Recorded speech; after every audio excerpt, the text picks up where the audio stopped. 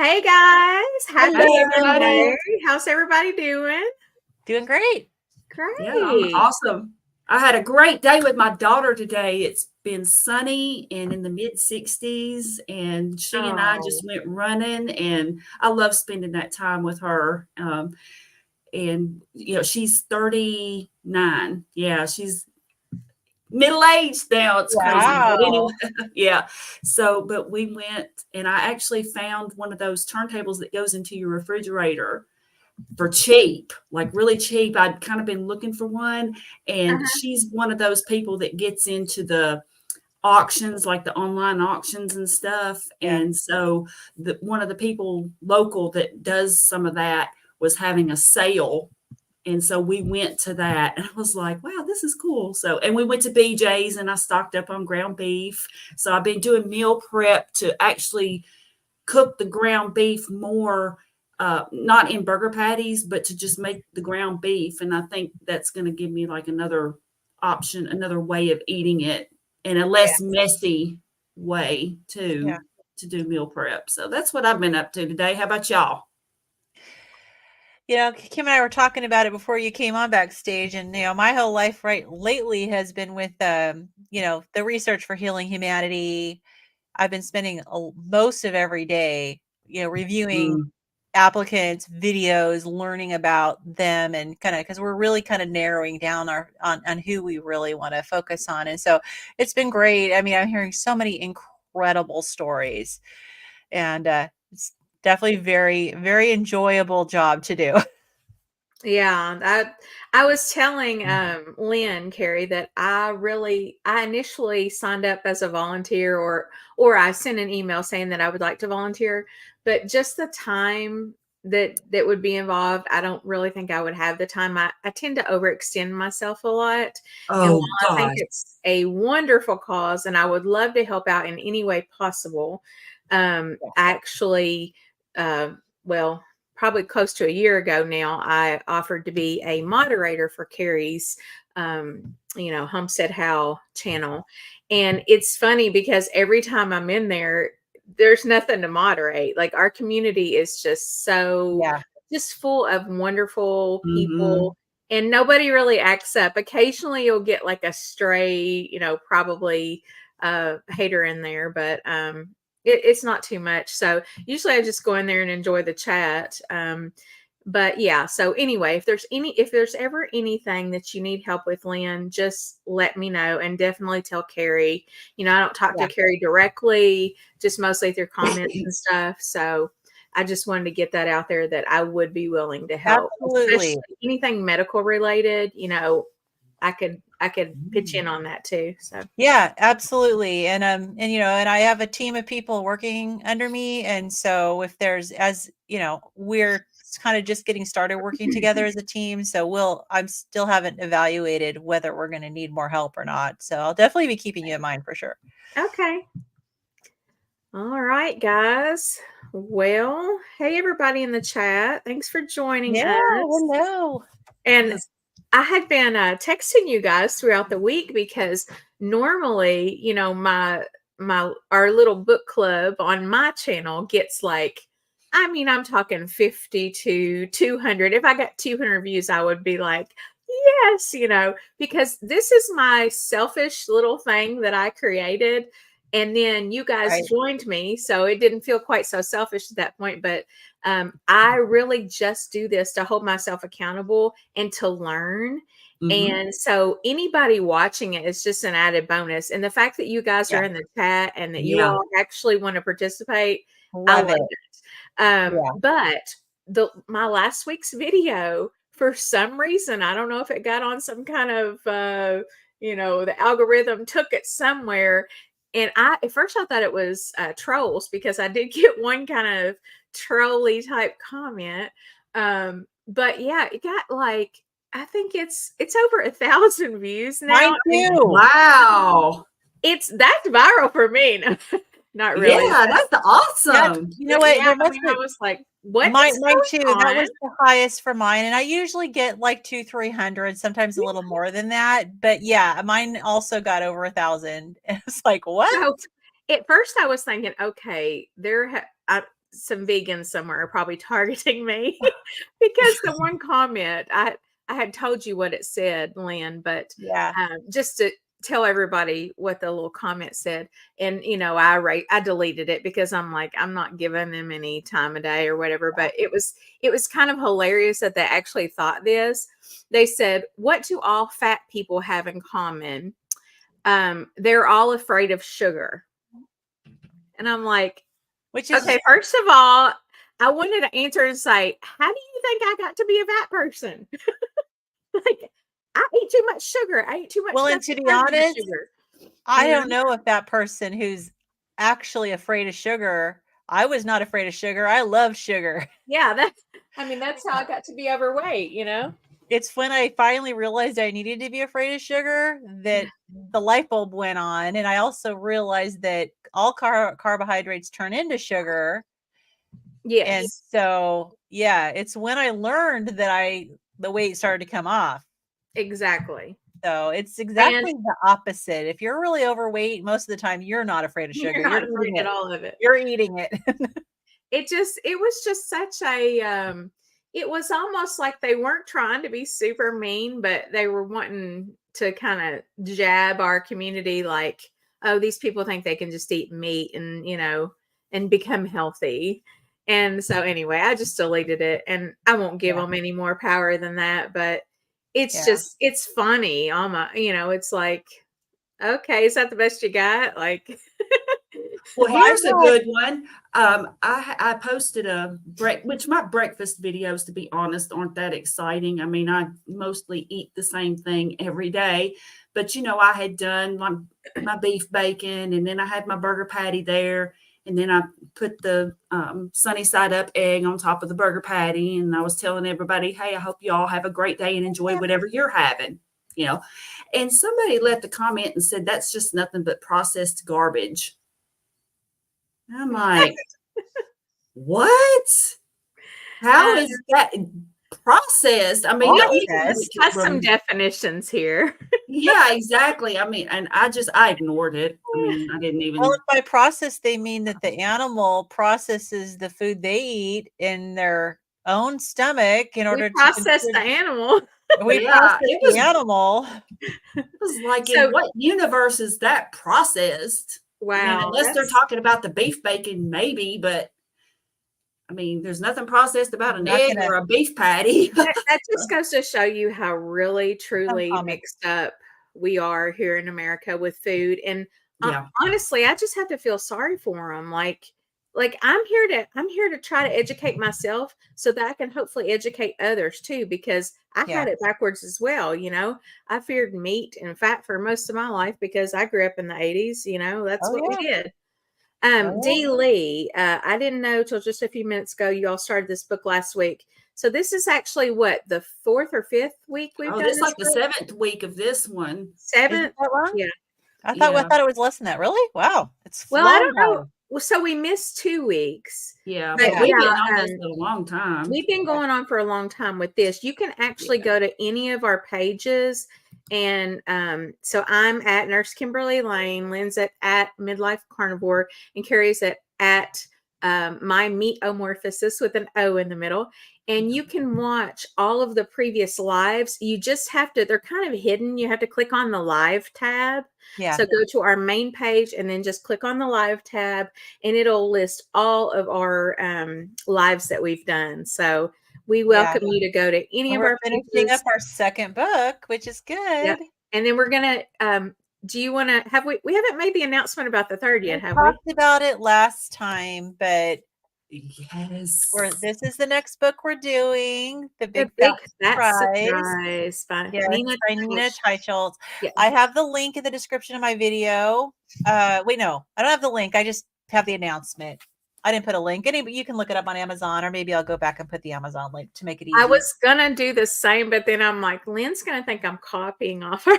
You can copy. No, it's okay. Just do it. I thought, well, I'll wait a few days. Oh yeah, no. You just copy. In fact, if you want to even copy and paste from my description, no problem. I don't care. Thank you. And I think we have a really great group here, and we all vibe really well off of each other. We think alike. But also I wanted to put out there that anyone is welcome to come in and discuss this book. If you've read the Yeah. book, please feel free. I will put the link in the chat if you want to Let us today. know. Yes, if you want to Oh, that come would be in, fun. Yeah. absolutely. Yeah, We'd so love to meet is some of there you. before we get started, is there anyone who wants to join us? We should probably ask that each week, you Yeah. know? Yeah. You know, That's a it's good funny. My idea. husband has mentioned wanting to join in to our book club at one point, and I told him, Yeah. and he's very interesting, like to talk to. But I told him, number one, you would have to read the book. You have to read it. Number two, you cannot monopolize the conversation because he's such an intellectual and he gets going and he Yeah. can talk. I've never met a man that talks as much as my husband. So he said, okay, I'll pass. Oh. Well, sometimes it's hard when you like just get a lot out of the book and you're like, "Oh, I want to say this and this and this," and then there's Yeah. three of us, and Oh, and I've you gone don't want on. to I have step gone on. on. As It's far like, as see, here we are, right here. yeah, but I wanted the comment about it was a thick book. Okay, I just want to do this. This is all the notes and references. Okay. Yeah. Okay, so this is the actual content of the book, which is more like a normal. It's Okay. 340 pages. I actually, you know what? That even includes the acknowledgement. So if you don't go 336 pages is Okay. actually the actual meat of the book. The rest of it is acknowledgments and references and stuff. Okay. Yeah, and she has a ton of references in that book. I mean, she can back up everything she's saying. Yeah. Sorry, I didn't mean to interrupt. I saw that question. I wanted to No. not forget to answer it. No worries. She is just, I mean, most of these people in the keto carnivore space who write these books are super intelligent, but she's really impressed me. So Mm-hmm. I I can't. haven't heard her before. I mean, I know Oh, you of her. haven't? Yeah, I know of her, but I have not listened to anything from her, read anything. So I'm excited about this. This is going to be brand new exposure for me to her. Well, that'll be cool. Mm-hmm. Anyway, all right. So you want to get us started? Who wants to get us started? Were you able to open up your book? Yes, I had to Okay. log in. Amazon made me change my password for some reason, so I had to log in Oh. again. Okay.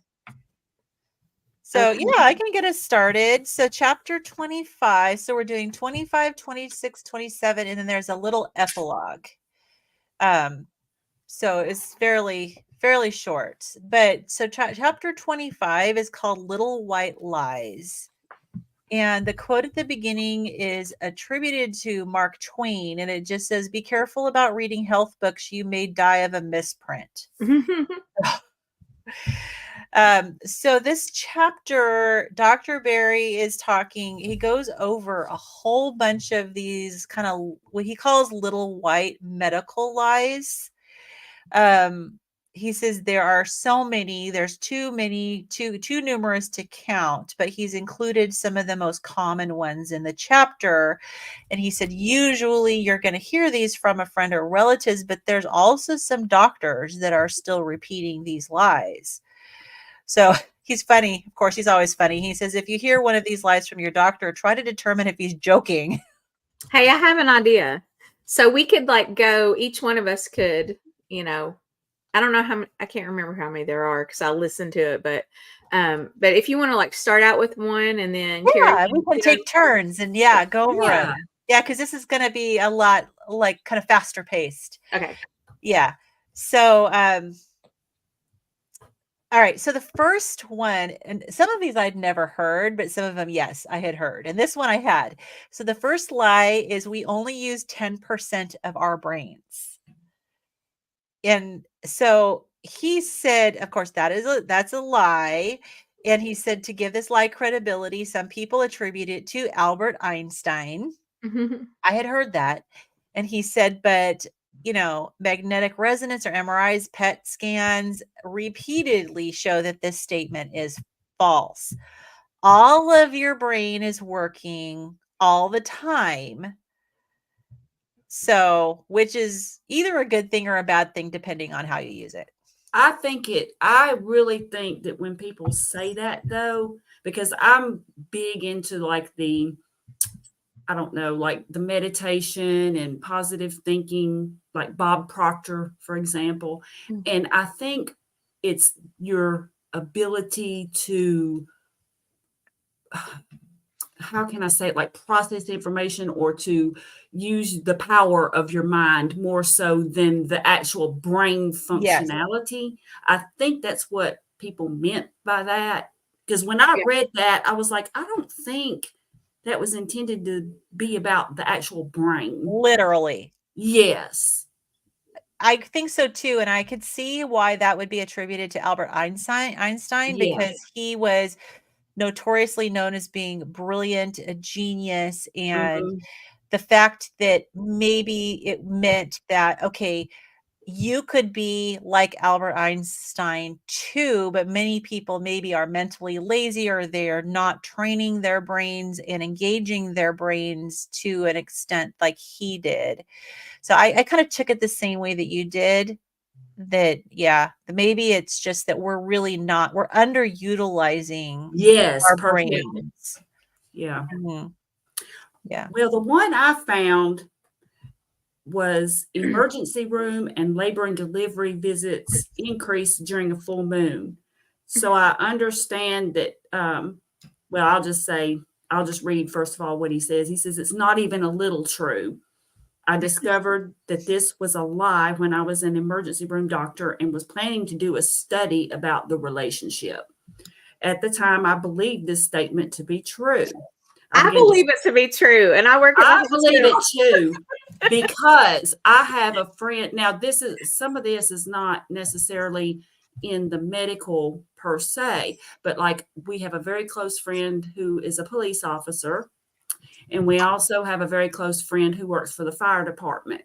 And both of them, I cannot tell you how many times they'll say, oh God, last night was rough. It was a full moon and you could tell. And I mean, this was repeatedly I've heard it so many said by times them. too. Yeah, so let me just interject real quick.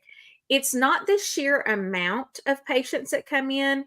It's like there's a communication problem. It's Mm. really strange.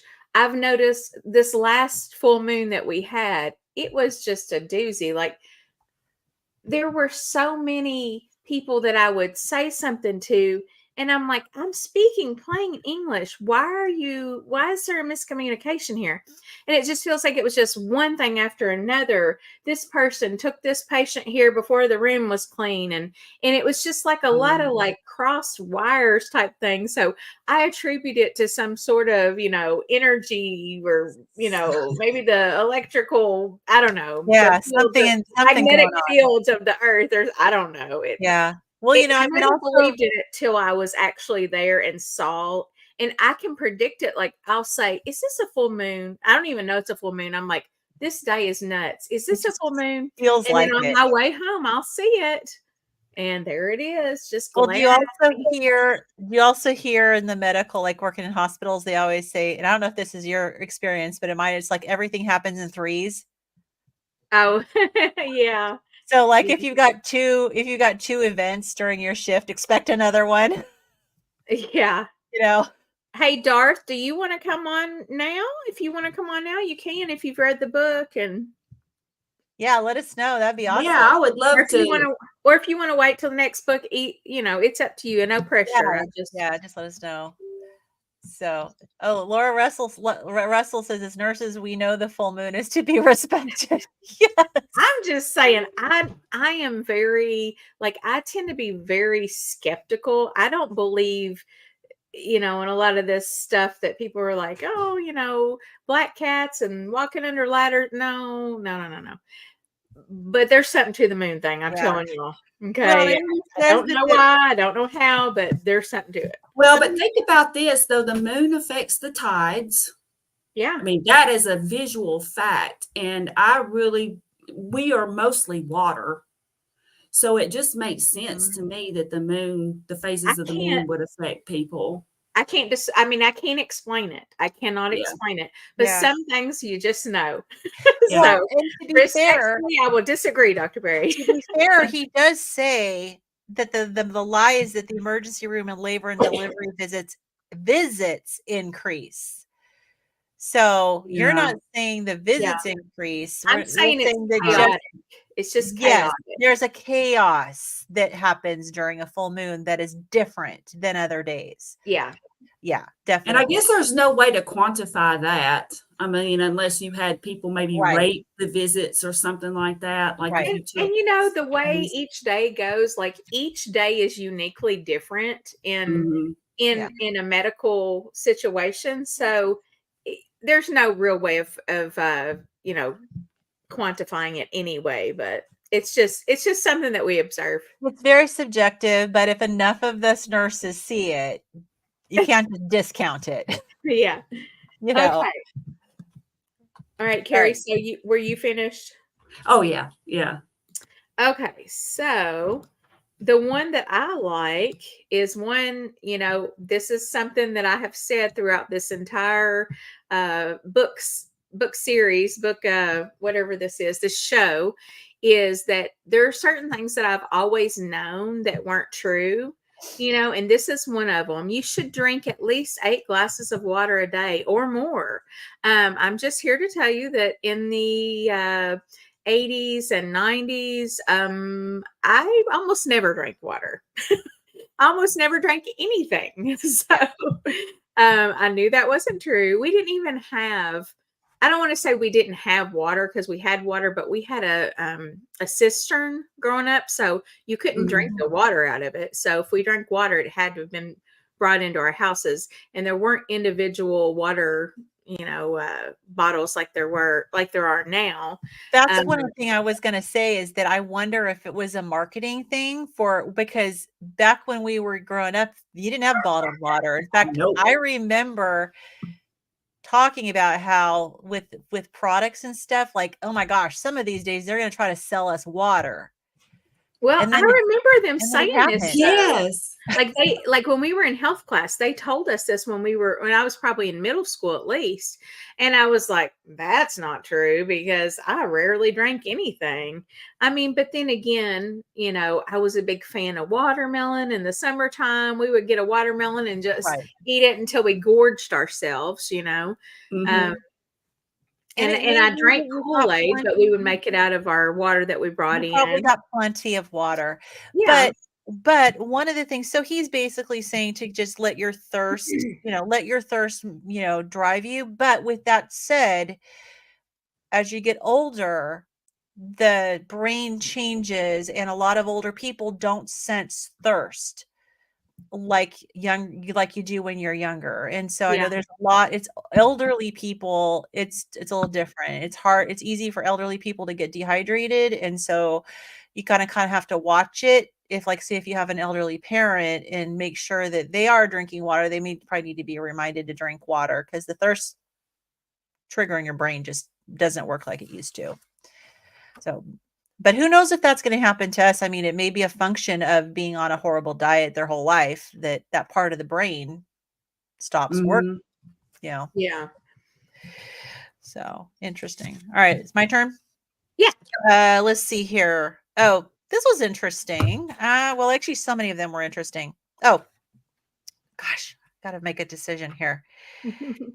Da, da, da, da, da, da, da, da. I'll do this one because of being a GI nurse. So he says, lie is spicy foods cause reflux ulcers and other stomach problems. So he said some foods do inflame your stomach or intestines, but it's not the spicy foods you should worry about. So some spices can burn or tingle your tongue, but they don't affect your stomach or intestines. Your stomach constantly deals with concentrated hydrochloric acid and laughs at these wrongly accused spices. The more likely causes of stomach irritation are stress, medications, sugar, dairy, and grains. So,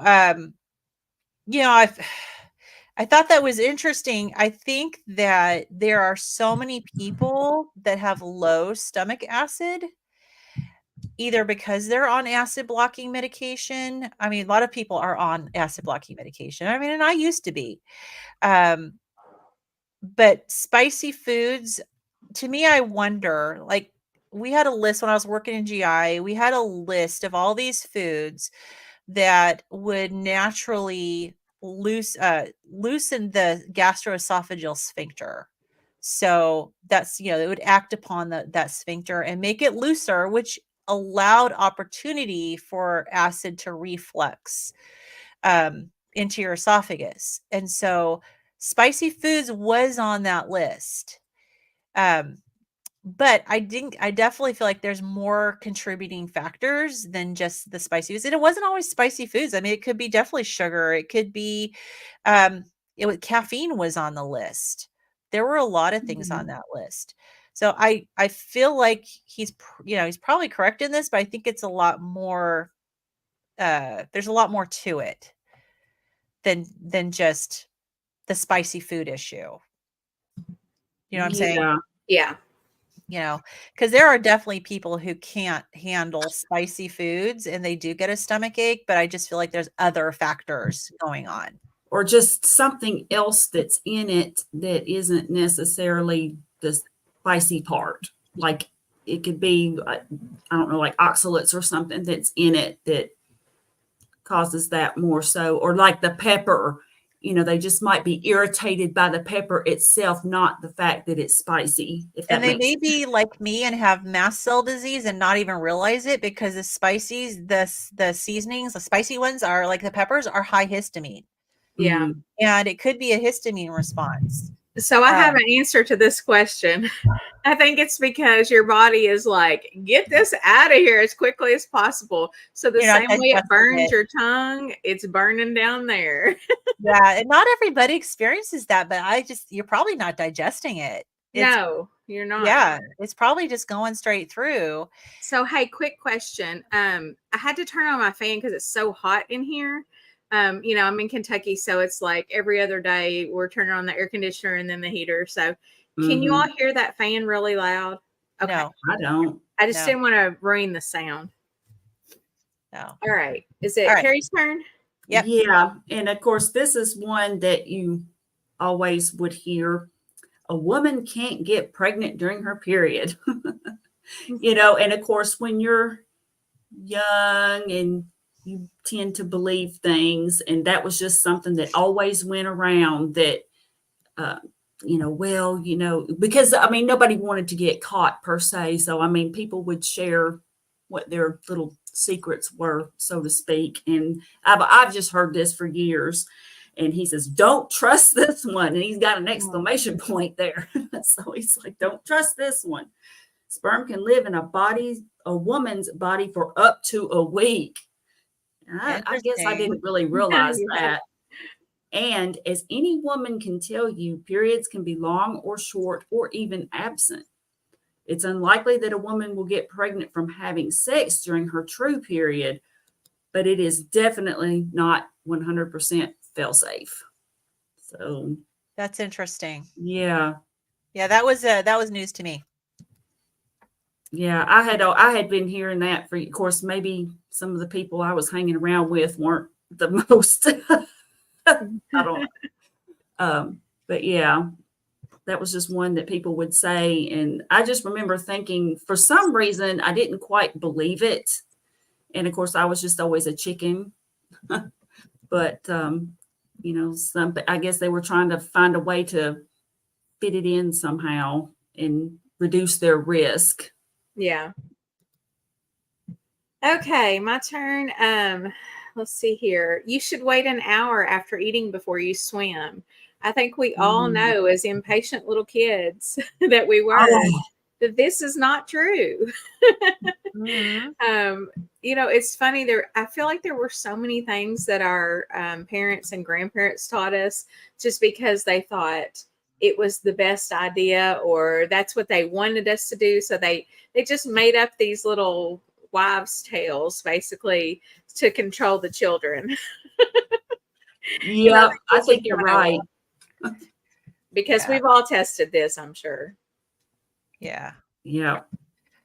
Interesting.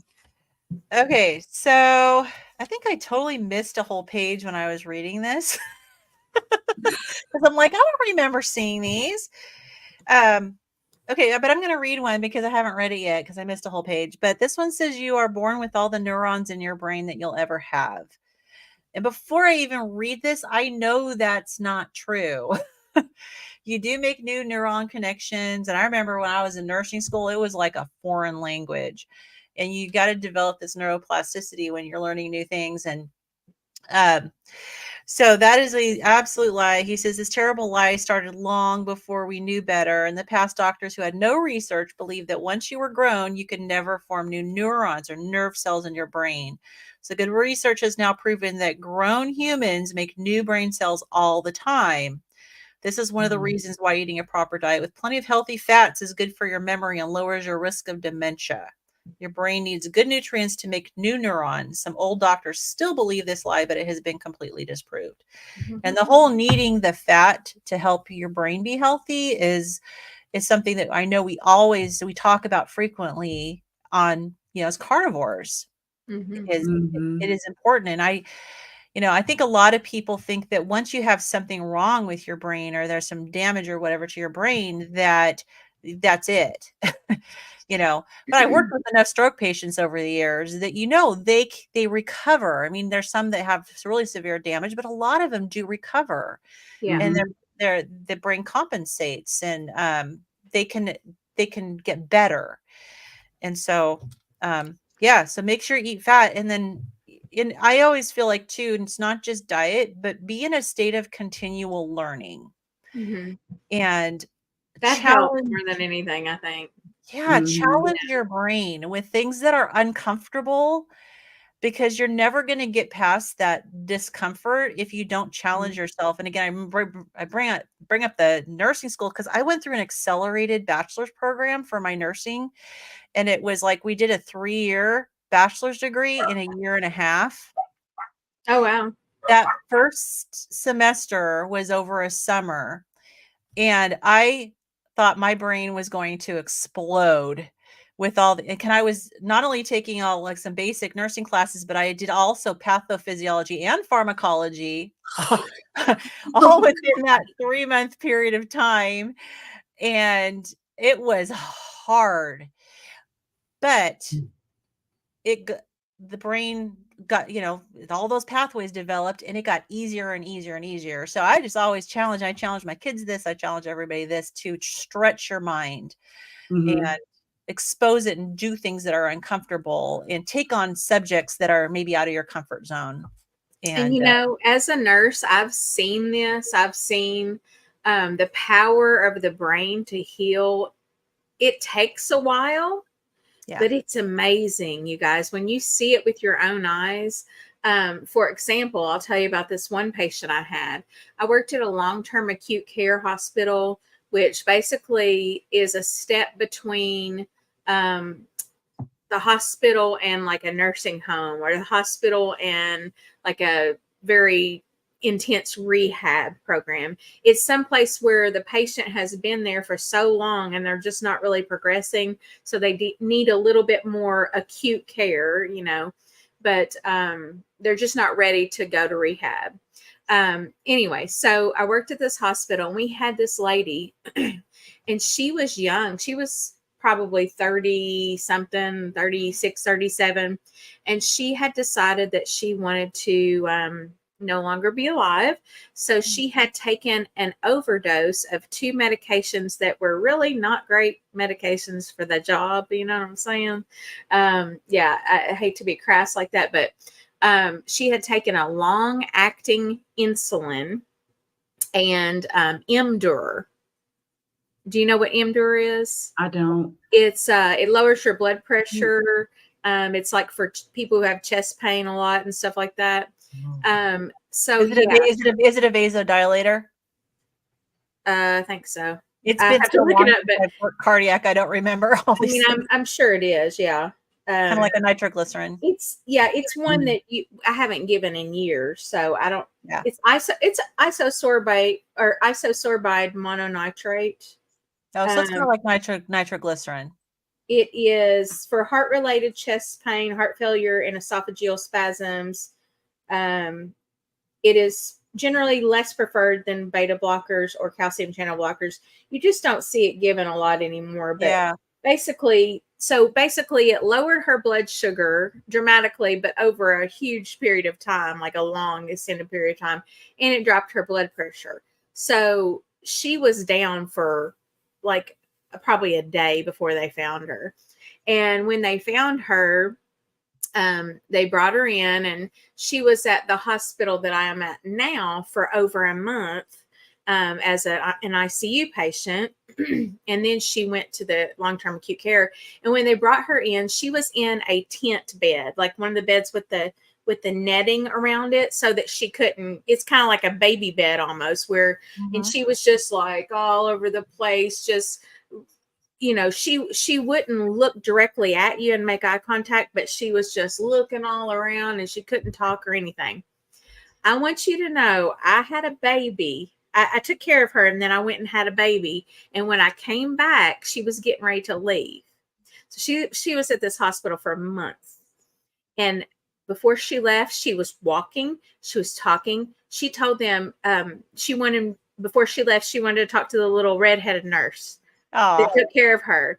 And she remembered things I had said to her. Wow. That she wasn't able to communicate. I would get her up and set her in a chair. It was like a bed to a chair, where we put her on the bed and then we kind of set it up, and it folds. And so we would watch Days of Our Lives every day, and I would brush her. She had long red hair, and I would brush her hair, and I would braid it, and I would talk to her about everything, my life problems, everything. She was my counselor. She just didn't know, she wasn't able to say anything. That woman knows all kinds of stuff about me. But yeah, she actually remembered. It was like she was in there. She just wasn't able to say anything, and she wasn't able to, to make eye contact and stuff like that. But last I heard, her sister used to call me all the time, because, you develop a relationship with these people. And she would call me and tell me she's getting ready to go to retake her license, because they wanted her to retake it to make sure she was actually truly good to drive a car again. And I mean, I would have never guessed. I thought that was her for life when I saw her. The brain can heal. The brain heals, and, it's amazing. Yeah. So it can compensate for permanent damage, because there are times where there is tissue that dies. Yeah. But it can compensate. It kind of I think it like reroutes, like it uses different areas to do what the area has damage. Does that make sense? Yeah. All right. Now, whose turn is it, Carrie? Yeah. Okay, here's one that falls into that category you had, Kim, about something that your parents tell you just because they want you to do something. So it's, you lose most of your body heat through your head. And I've heard this all my life. And I never really, in a sense, I didn't really think it wasn't true. But then when you really stop and think about it, your body has all this area. So it's like, why would it? But it just never really occurred to me to question it, I guess. Yeah. And I mean, I remember saying that to my kids, you need to put a hat on, you're going to freeze. And, of course they had coats on, but still it's like, so it's just something that I guess, like you were saying, Kim, you just hear it, and you just really don't question it. I never did. Did you? I mean, did you ever think, well, maybe this doesn't make sense? Maybe I've never worn a hat in my life, hardly. Like, well, my daughter doesn't. She never did, and she won't. I mean, for the hair factor alone, I was not going to risk that. The women that wear toboggans, I'm like, how? Well, exactly. And to tell you the truth, I wish I looked good in hats, because like when I have a bad hair day, I really want to wear one. But it's like, so I don't know. Well, I mean, like toboggan, any type of hat, really. Maybe Baldwin originated that lie. Mm-hmm. Yeah. Because I right. mean, if you don't have hair on your head's going to get cold. I mean, it's a Well, difference. it would, I guess. Maybe. I Not mean, I guess it necessarily. depends on how much hair you have but really though, I mean, I don't know. Of course, I've wondered about how animals stay warm because I know they have fur and they Yeah. survive, but And they have an undercoat. I'm just still thinking, man, that to me doesn't seem like enough. Well, here's a question. So would you test this by going out, and obviously it's subjective, but going out, like having people go out completely buck naked in the cold? Find out, does your head get colder faster than the rest of your body? I Or don't know if it's your maybe head it's just if you're wearing a coat and you're not wearing anything on your head, the exposed part's going to be cold. I don't know. Exactly. That's my point. yeah, I mean, it's like the exposed part is going to get cold. I mean, when I wear yeah. a hat and I'm all bundled up in the wintertime, my face can get freezing. Oh Yeah. yeah, for sure. You Oh, know, I loved wearing masks during COVID because we had to wear them at the hospital, obviously, but I didn't love wearing them while I was at work. But when I got out and it was very, very cold, I was like, "Ooh, I'm leaving this thing on," and I would be in my truck sitting there. I always made fun of the people that drove around with masks on, but I mean, in that situation, I understood because it keeps everything nice and warm right here, and you're warm. breathing that hot air, and so I wouldn't take it off till my truck warmed up. Yeah. All right. So I think I'm going to skip my turn because I think we better move on to the next chapter. Yeah. Yeah. There's a whole bunch of these. Get the book if you're, Yeah. interested in reading all of them. And Okay, Carrie, do you want to start out the chapter 26? Yes. Okay. Chapter 26. Do as I say and do as I do. So his quote is, you have a cough, go home tonight, eat a whole box of X-Lax, and tomorrow you'll be afraid to cough. I love that. I thought that was pretty funny.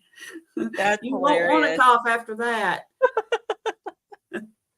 And so he's basically saying, that doctors, it's like they are, well, I'll just read part of this.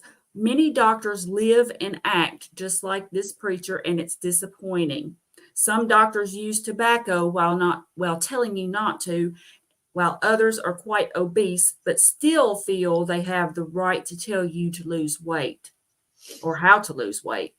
Many doctors are unhealthy and unhappy, but they don't think twice about preaching to you how to be happy and healthy. And I think that is just one thing that so many of us in the community, we don't mean to like shame anybody. I would never want to do that. But like, I know you all have seen probably the video going around for the American Diabetes Association, the new nutrition Nutritionist. expert, Right. and telling everybody, first of all, what she's telling us to eat is, especially a diabetic, is horrendous. And on behalf of my mother and type 2 diabetic, any diabetic, type 1s too, in the world, on behalf of them, it infuriates me. It makes me so angry because to eat what she's suggesting, you have to just compensate with so much insulin.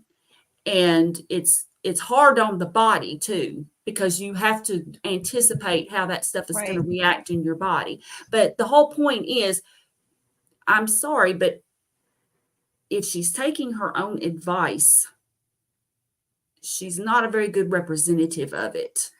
In terms of like what it can do for you and how it can help you manage your diabetes. And so many of us in the community, we've encountered this, whether it's in the doctor's office or with an organization in general, that, like, for example, the ADA. So he's talking about how doctors do this, and then he gets into how his story about how he realized that what he was telling people to do doesn't work. And he found that out through personal experience. And he said that oddly enough, Mhm. And he mentioned he was fat, Yeah. you know, Yeah. and unhappy and unhealthy. And Mhm. yeah. And So Yeah, how it and creeps up his on you colleagues slowly and and you his don't even colleagues, realize. like, he had talked to his colleagues and stuff and, like, told them some, like, what he was finding out and stuff, and that a lot of them just weren't interested for whatever reason, and he just and this is, I think, one reason why we all love Dr. Berry is because he's constantly learning. Like, you can tell through this book, like, he had talked about eating leafy greens and stuff in the past, but then he'll tell you if he learns something new. Yeah. And he stresses in here, constantly read, constantly learn, ask And your I like him patients because questions. sorry to interrupt, Carrie, but No, I it's like okay. him because he always backs everything with science. Mhm. He'll say, I've got studies in the show notes that back, what I'm saying. I'm not just making this stuff up off the top of my head. He's learning, and as he's learning, he teaches. And that's all we can expect, because science is constantly changing because we're constantly learning new things. Unfortunately, sometimes there's so much noise going on that it's hard to get a concise agreement on like what's what. And also because we don't want to hurt people. The doctors, first of all, do no harm. That's their Hippocratic oath. Because they don't want to hurt people, I think sometimes they hurt people inadvertently by not getting up on the you know on the current science, because it just Mhm. takes so long to get things established and implement things. And so but, Well, there's and always doctors, nurses, different people in healthcare. I mean, I think it's getting less and less, but there's always somebody out on a smoke break. You oh know, yeah. it, I, I mean, so I'm not like just looking at weight. It's like other unhealthy habits. Yeah. and he talks about that And for I mean, it's sure. not a Yeah. requirement. To be fair, it's not a requirement that you're the picture of health to be a nurse or a doctor. It's just Right. not. Like, But if you're you giving know, advice, I think is more like what he's talking about, like giving Yeah. dietary advice to somebody. Now, you may be working on your health too. So like, for Right. example, none of us is going to be perfect, but I mean, if so, and if you're working on it, if you're doing things to improve it, that's one thing. But um, it's like if you've been going to this doctor for years and they look the same and they're very unhealthy, then it's kind of like, are they even trying? And the doctor may even be like what Dr. Berry was talking about. He had done research. He did, looked at first at the low fat, and of course he got worse then when he tried that, Right. tried amping up what they already tell you to do. So then he started reading like Atkins and different ones. And then after that, he found like the primal blueprint. And so then that was when he got into his journey. And so he was just learning more and more and more. And so patients who went to see him saw that change in yeah, him. So I'm certainly not saying anybody, and you don't have to be like, if you're a male, you don't have to be just this jacked person. And if you're a woman, you don't have to have like this completely flat tummy and all this. That's not what I'm saying. They But I don't mean, all have to be a Dr. Baker. yeah, exactly. But at the same time, Robin. if you Hey, like, I've been Robin. going to my doctor for 25 years. Now he's a relatively slim man, so I mean he's kind of a poor Hey, example. But Heidi. at the same time, uh, I've been going to him long enough where if he was unhealthy and just stayed that way, it would make me wonder. Be Yeah. like, Yeah.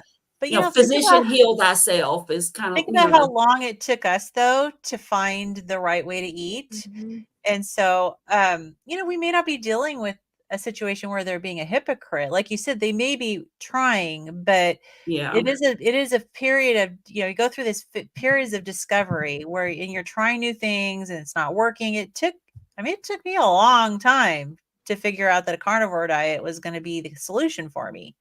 Now, to be fair, my doctor has also never advised me on diet. Yeah. I mean, they're He's not taught so nutrition enough yeah. to advise on diet. Yeah, so he's They're never just said, he's never handed me Well, I should say that's a bad example. Well, he never even did, like with my elevated LDL though, like because my LDL is like 272. It's pretty ridiculous.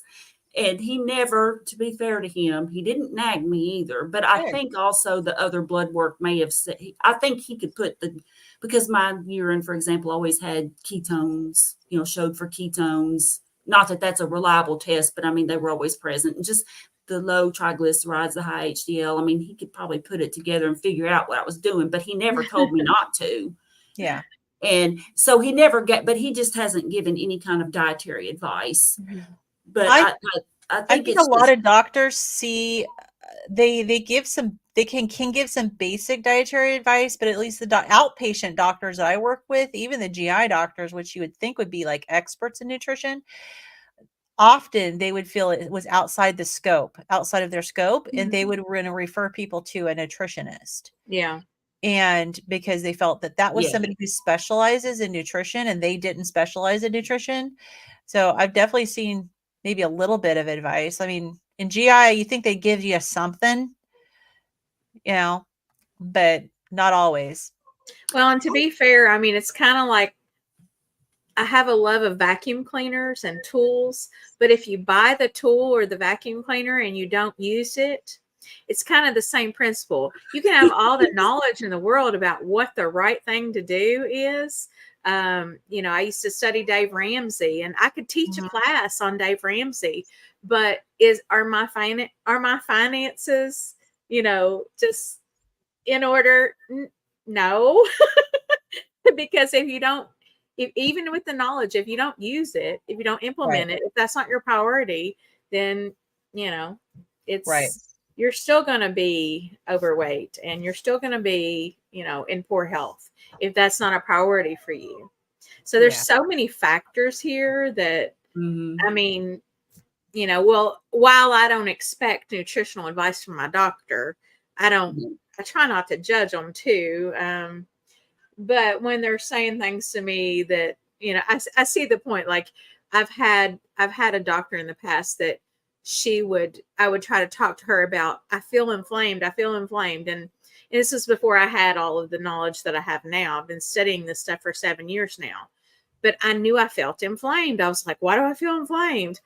And she couldn't help me at all. But to be fair, she looks like she's really inflamed too. So, and that's not a jab. That's just an honest, observation. And in some states, I was watching an interview. I can't remember now who was. Oh, it was an interview that Sean Baker just had with a doctor of physical therapy, and I believe he was in Georgia. I'm thinking that was where he was. I was kind of halfway, like listening to it while I was doing some meal prep. But apparently, in that state, you can't, as a doctor, or any kind of a medical professional, you just can't give any kind of dietary advice. You're not supposed to. You just have to Oh, refer to a really? dietitian. So I didn't really realize that. So I guess it depends on where you practice too, as to whether, I don't know if you can in Tennessee, to be honest. I haven't really looked it up as to whether, and that could be why my doctor hasn't said anything. I don't know. All right. And I think that if they, medicine has become such a algorithmic thing now that they're trying to take all the thinking out of it. I've been noticing that for a while. They've been trying to take the thinking out of nursing. They want us to all like just streamline everything we do, And while I can see why they would want that, to make sure that people get appropriate care, it just takes all the thought out of it, and it just makes it so, robotic. And Well, I mean, there is a difference between, really task-oriented nurses and other nurses that employ a lot more critical thinking. And I've worked with both, and it's fine. We need protocols. We need to have nursing protocols, but they should not be the primary driver of your nursing care. You should be able to think outside the box. Yes. And, we still can, within reason. But if I were in there teaching people about a carnivore diet, I think I would run into some problems. Yeah. Yeah, absolutely. Absolutely. So, Yeah. And so he then basically getting on to it, he's talking about to achieving the health that you want. He gives some tips, if you will, like honoring your human DNA. And I know we've all heard him and others in this space talk about what humans primarily ate for the last, 3.5 million years, for the vast majority, the big time majority of the time that humans have been on this planet.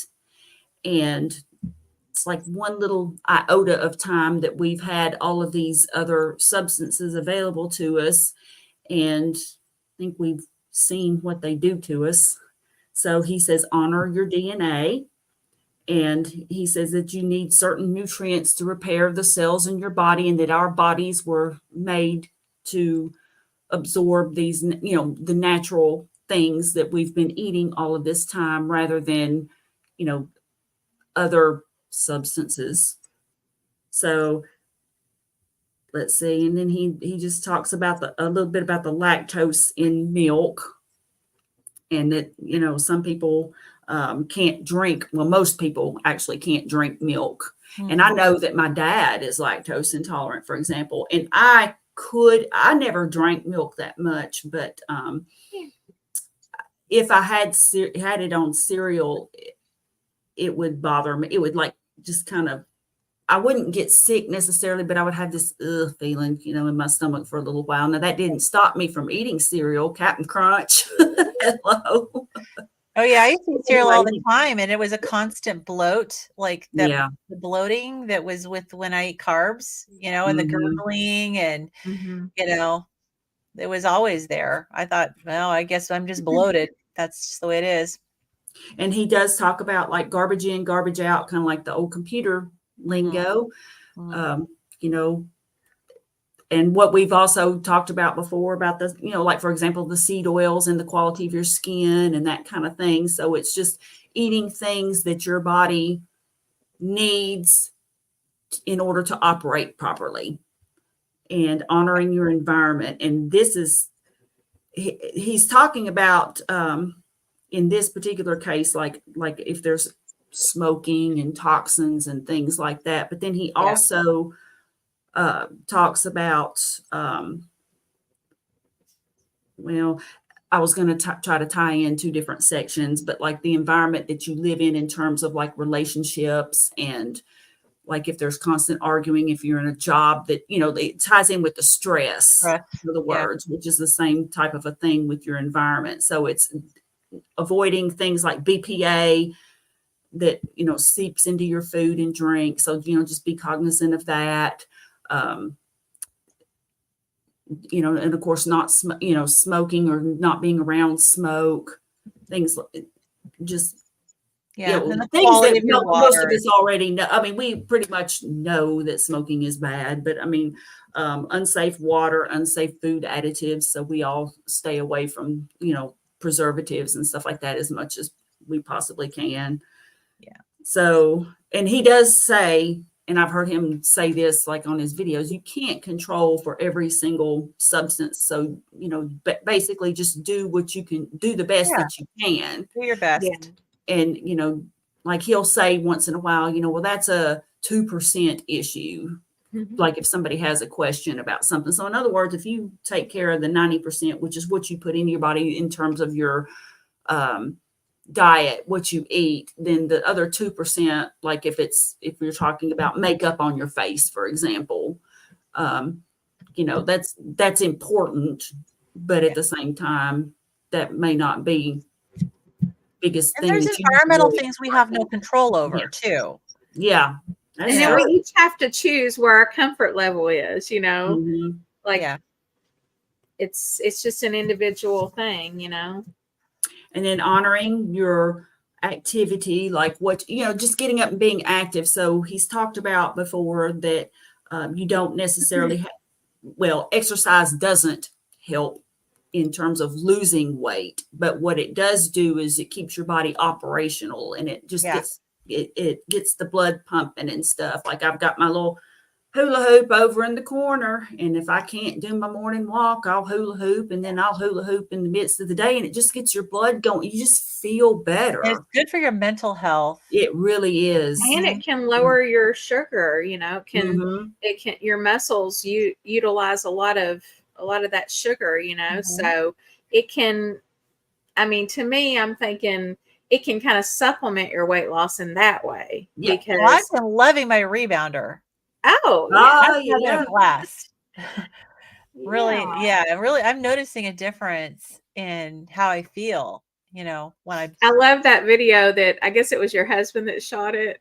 oh, Where you were like, are you videotaping us? are you filming me? I know. Of course. And then, you know, I bounce and then I got to pee. Yeah. That was cute. I'm like, look, I can bounce. It's like, oh no, now I got to pee. I need to get another one. I have one of the little ones that you get at Walmart, you know, they always put in the middle of the aisle around Christmas time. Yeah. I got one of those for my kids several years ago, but the safety pad is all messed up, and I want one with the bar on it so I can. Mine has the bar. I would be falling off. And actually, I think I'm just bought a rebounder. Yeah, it's nice. If you've never done it, start slow. Yeah. It gets your lymphatic system going. Like, and I know my physical therapist told me just bounce gently. Yeah. I'm going to get a big trampoline though. Well, you can do it. I know you told that you could do flips and stuff. Yeah. Not me. I hope I can still do them. It's been about 5 years. Little bit of like gentle bouncing. It took me several weeks before I could even catch any air. And of course now, like I said, I got to make sure I go to the bathroom first. Well, what I'm going to have to do is I'm going to have to see if I can still do the flips, because it's, like I said, it's probably been 5 years or maybe even more because time flies. Yeah. But I would do them with my kids, so it hadn't been too terribly long. But yeah, so I'll get me a trampoline, and I might have to make a video. You need to. If you can do a flip, absolutely, I would be putting that video out for sure. Just to brag, you know. Yeah, are you kidding? Weird brag, but here's my flip. Maybe one day if I go to a big trampoline, I might try it, but no time soon. Yeah, I used to love to. We had a family friend who had a trampoline in their backyard, and I used to love jumping on that thing. And I would do like the backwards and up, you know, like where I would just go backwards and then come up. But I never did do a flip. I never did. I guess I was too chicken to try. I just never did. But my friend Tanya, who was a petite little thing, she's still a petite little thing, but that girl could do somersaults and all kinds of stuff on that thing. Just, it was wild. She was a cheerleader and all that stuff. Well, that was Kim. She was a cheerleader. Yeah. So, yeah. I used to do them on the ground, and now I can just do them on the trampoline. Do it on the ground, you know. I can't do them on the ground for sure. She could do both. That story. Oh, one time I had she could do both of the splits. You know, what is it? The American sprints and the splits. Yeah. The American, and then there was the French or something. There was two different kinds. One goes front to back, and then the other one is side to side. It was the Chinese, but is that? Were we supposed to call it that? Well, that's a good question. I don't know. Back in the 80s, I don't know where we got that, or now. if that's appropriate to say, but that's what we called it. Sorry, I never could. I wasn't near as flexible. She took gymnastics and stuff too, so she was very flexible. I was able to do front to back splits for like this much of my teen years because I was working at it. But that was it. Once I stopped working at it, it was gone. I've never been able to do the splits. So yeah, just, I mean, I could get like almost there, but never. Mm-hmm. Yeah. So one thing from this chapter I just wanted to bring up, which I thought was interesting, because I thought like all of these things he's talking about honoring, you know, your DNA and your diet and your activity and even your lab work. Make sure you get your lab mitochondria. That's yes. And honor your telomeres. And I thought that was a really interesting one because most people are like, huh, what's a telomere? Mm. And I Well, have what's his name's always talking about telomeres. who What is is? his name? One of the doctors. Well, Ben I have Dickman, I think, Uh, has talked about them. his I have name's something Mark interesting something. to share though about telomeres, but telomeres are parts of the DNA at the end of your chromosomes, and they protect your DNA from damage, uh, possibly keep you from aging more quickly. They there are things that can make them shorten, so the length of the telomere is really important as far as how healthy you are, how long you live. And he's talking about the study of telomeres, ways to optimize them. It's an exciting branch of medical research right now. I actually know a little bit about telomeres because I don't know if any of you are familiar with Brett Weinstein, but he has Heard of him. he has a podcast called the Dark Horse Podcast, and he and his wife are very fascinating, and they're both evolutionary biologists. But he shared, and he's very critical of current medicine, especially over the past several years. He has really spoken out a lot about the bad science going on, but he personally has experienced it. You may have heard of him because he got like run out of he was a professor at Evergreen College in Washington. It was a very woke college, and he got run off by his students for saying something that was ridiculous, but it wasn't. He made the news. But anyways, he said when he was, I think, a graduate student, he did a study on laboratory mice, and they were using these mice to test drugs, medication. And these are the same mice that they do laboratory testing for all of the medications that we take, and in the animal portion of the studies. And he found, and this is something where he was shut down, when his findings were shut down, he found that when you compare the laboratory mice telomeres versus mice in the wild, that these laboratory mice that have been bred in laboratories have naturally longer telomeres than their counterparts in the wild. So what he said is that because their telomeres are naturally longer, their adverse response rate to the medications that are being tested on them is not going to be reflective of what people would experience. So basically, they Oh, are much more resilient to side effects. Their telomeres, long telomeres, make them healthier, more resilient. And so it is not a good comparison. But so Hmm. you can have like, and that's why a lot of times they'll do these tests on these laboratory rats or mice, and it'll pass the test, but then it's really not reflective of how So, humans will react. so why are you said the lab rats telomeres were longer? Longer, meaning that they So, have a so lot why more. are they longer? I know what that means. His whole point was to try to further the research on this and perhaps make it so that they start with maybe captured mice instead of these bred Mhm. mice for the labs. And because it could be affecting the outcomes, but he didn't. So he presented his findings. I wonder if it's because Someone they're breeding the ones that are the most like that healthy to start survive, out with, and possibly. yeah. they're survivors. So it's kind Yeah, of like the what is it, the bugs that aren't that, in other words, like the ones that are resistant to antibiotics, Brett and for Heather. example, they keep surviving because they can fight it, and they were the ones who made it through, and so then the strain just keeps getting more and more resistant. And I wonder if that's the same with the mice. Yeah. Yeah. Oh, so Yeah. you guys are from Washington. So am I. Yay. I'm from Snohomish, so I'm a little bit north of you. And I I'm love gonna y'all's be profile pic, by the way. Yeah. It looks Yeah, great. I'm planning a meetup in May with Rose, who I'm going to be interviewing on my channel on Monday. So we're going to be starting to make announcements. We're going to do a meetup in Seattle. So maybe if you're interested, love to have you come by. But yes, Brett and Heather would love them. They're great. But yeah, he was wanting to, obviously more research needed to be done about the whole telomere thing with the mice, but he was completely shut down by the scientific community. And yeah, so hearing that, and I heard that maybe a couple of years ago he was talking about it, and I'm like, okay, that's one more reason to be a little concerned about all of the pharmaceutical research out there, is that if it's being done on laboratory mice that are really not reflective of how a human being would respond. Mm.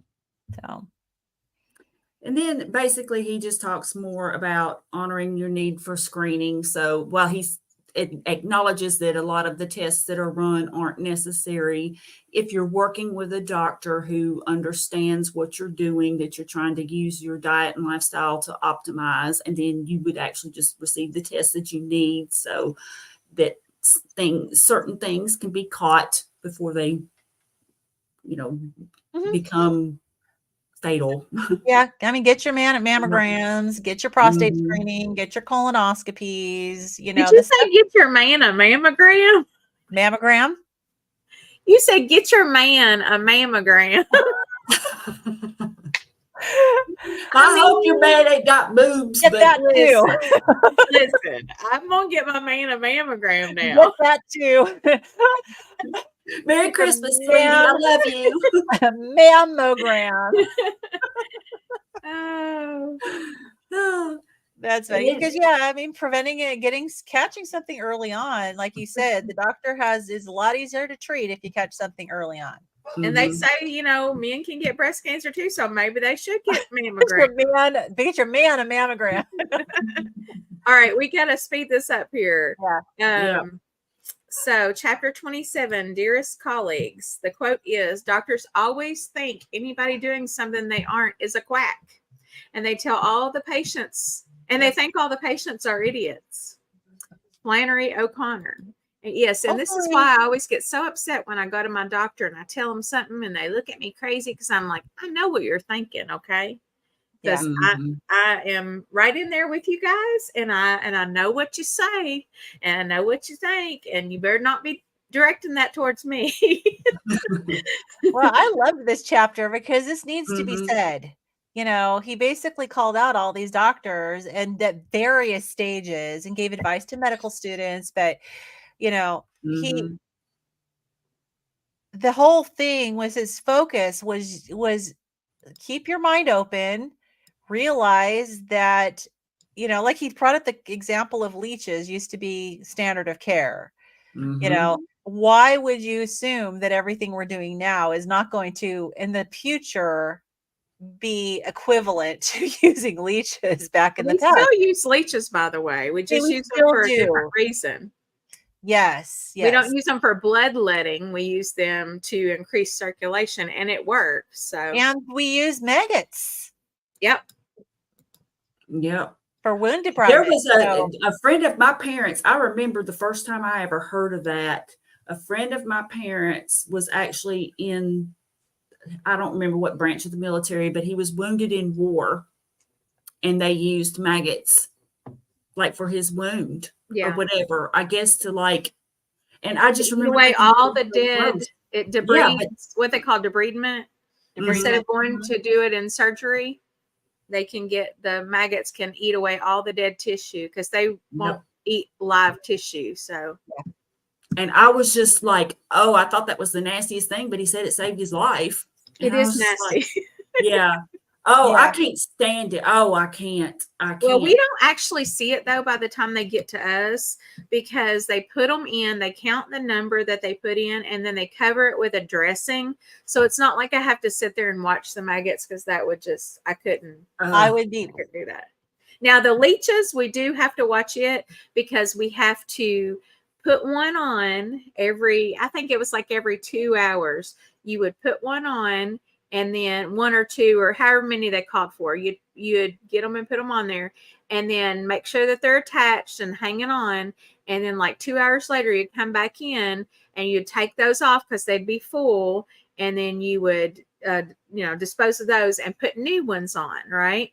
Well, sometimes you come in there and it's like, oops, I got busy in another room. And now there's a little blood track across the floor where it fell off. And it's like, where did it go? I've lost the leech. But eventually you find it because it leaves a big blood. It's like a snail trail of blood across the floor.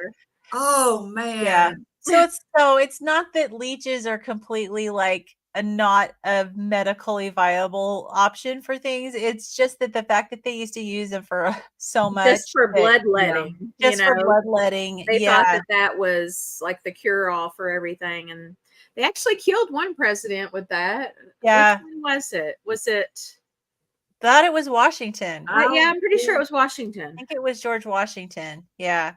So, but he does talk about the doctors losing credibility and the fact that the patients, and I love the fact that he said that there are patients that can actually now know more about their condition than their doctor Yeah. because, Especially if they're neurodivergent and that's their special interest. oh, yeah. Oh, yeah. Are you kidding? Absolutely. Some of the most Yes. brilliant, educated people out there for sure. Um, Yeah, and I'm glad that he talks about and encourages doctors to plug into and get familiar with the naturopathic doctors and the chiropractors and the acupuncturists because we Mhm. are seeking them out and they have a different perspective. And I always appreciated it when the doctors that I worked with were happy to have their patients also seeing a naturopathic doctor or doing another alternative practitioner because to me that told me that they were not closed minded. Yeah. You know, there's a reason why we want to. I mean, I switched my primary care to to a naturopathic doctor, Four and out of I'm four happy. out of five doctors recommend Yeah. Virginia Slim's lights. Yeah, to help Yeah. you lose weight. Yes. Well, there, that sells, right? All right, guys, we have to wrap up. I've got to take my boys to their music lessons. Let's see here. Yeah. What But else do we need to this was a add? good book. It was a simple, easy reading. Okay. Mhm. This one, we have to decide how far are we going to go into this one for this coming. You want to try maybe 2 chapters and I see think 2 to start with. I to kind of start. thumbed through it and then we can see if we can fit more in, but she really does get into a Is lot. it really hairy stuff? I don't know. I haven't started reading it yet. I haven't started reading it, but she does. There's a just detail though. It's not, I don't think it's that hard to understand exactly. Matter of Mhm. fact, from what I can tell, I just thumbed through it just to kind of get an idea. And or I scrolled through a little Okay, bit. how about this? How about this? We might do 2 chapters, we might do 3. So we Okay. can like look at it and decide amongst ourselves and then put out a message maybe on our uh, Like a community community tab post. or something. Okay. Yeah. And then if there's anybody else that wants to join, Yes. please do because we are loving doing this. This is our 3rd book now And that we we'll want to be meet you starting on. guys. I mean, Yeah. I Yeah. know a lot of people in there in the comments and stuff because we know them. They're part of our, Mhm. we've been on our channels. And hey, Hi, Nicole. Nicole. But yeah, if you want to, we want to meet you guys. Yeah, So yeah, we sure do. So yay for music lessons. Yes, all my boys take music lessons. It's like half a paycheck, but yeah, Heidi's a music teacher. awesome. Yeah, yeah, you gotta check her. We got a whole band. Yeah, Heidi was on my channel. I interviewed her, and then Christy just interviewed her. Oh, cool. Yeah, so you can meet Heidi, and yeah. All right. Well, I would love to meet all of you guys. So, just to plug real quick, come on over to my channel and visit me at Nurse Kimberly Lane. Visit Lynn at Midlife Carnivore and Carrie at My Meatomorphosis with an O. And we would love to have you. And also, I'm going to be on Tuesday nights. I'm going to be an alternate on the Keto Cookout with Russ. And so this Tuesday night is my first one with me being a co-host with him. Well, I've done it before, but just, this go round. So I've jumped in on their keto cookout a couple times. yeah, and anybody can come in. So it's Tuesday night at 9 p.m. Eastern Standard Time. So please come and support. We'd love to have you. And that's all I have. Do y'all have anything to plug this week? Well, so Monday I have a live stream with so her name is Coach Rose AJ. She has a small channel. I just watched a video of hers yesterday. I love I had her. never seen her before. What's her? Who is it? Coach Rose AJ. Her channel is Carnivore Girl for Life. She is a fellow Washingtonian. In fact, her and I are planning a meetup together. And I absolutely love her. And she's got an amazing story. And she interviewed me on her channel. She reached out to me initially. She found me, and then I met her. It's like, I love her. And she's also on our Healing Humanity. She's in my group, and in the Healing Humanity research that we're doing. And so, yeah, so check in, get to know her. Her channel needs to grow because she's got a lot to offer to the carnivore community. Cool. Awesome. Well, I got, as you all know, I had gone and gotten labs. It was like basically like you have your annual physical, but then you have like a 6-month follow-up with it. And of course, I know what my follow-up is for. It's because of my high LDL. But my doctor's really cool, and so he ordered he always does this. Yeah, he seems it, but he's cool. So I asked him to order either I asked him if he could order a glycated albumin, glycated albumin. And so he looked it up, and he didn't find that, but he found the fructosamine, which is very close to that. So I did get my other lab results about my LDL and all that stuff, and my A1C. I had also asked him to do that because they don't normally do that at the 6-month mark of the year. They just do basically your glucose and your cholesterol, your panel. So I had gotten all of those results, but it took them longer to get the fructosamine one back. So I did get that one back. And so I'm going to do a video with the lab results and stuff, and then trying to interpret what that fructosamine means. Yeah. Because, I mean, there's a range, but you still have to just kind of interpret it as it, like, how does this relate to my A1C being a little elevated? And so anyway, that's what I've got coming up. That will be interesting to hear. Yeah, it'll be educational. Yeah, for sure. All right, guys, I have got to go because my boys are like waiting on me. So yeah, I will see everybody next week. All right. Starting on a new book. Bye, everybody. Have a great week. Bye, guys. Have a good week.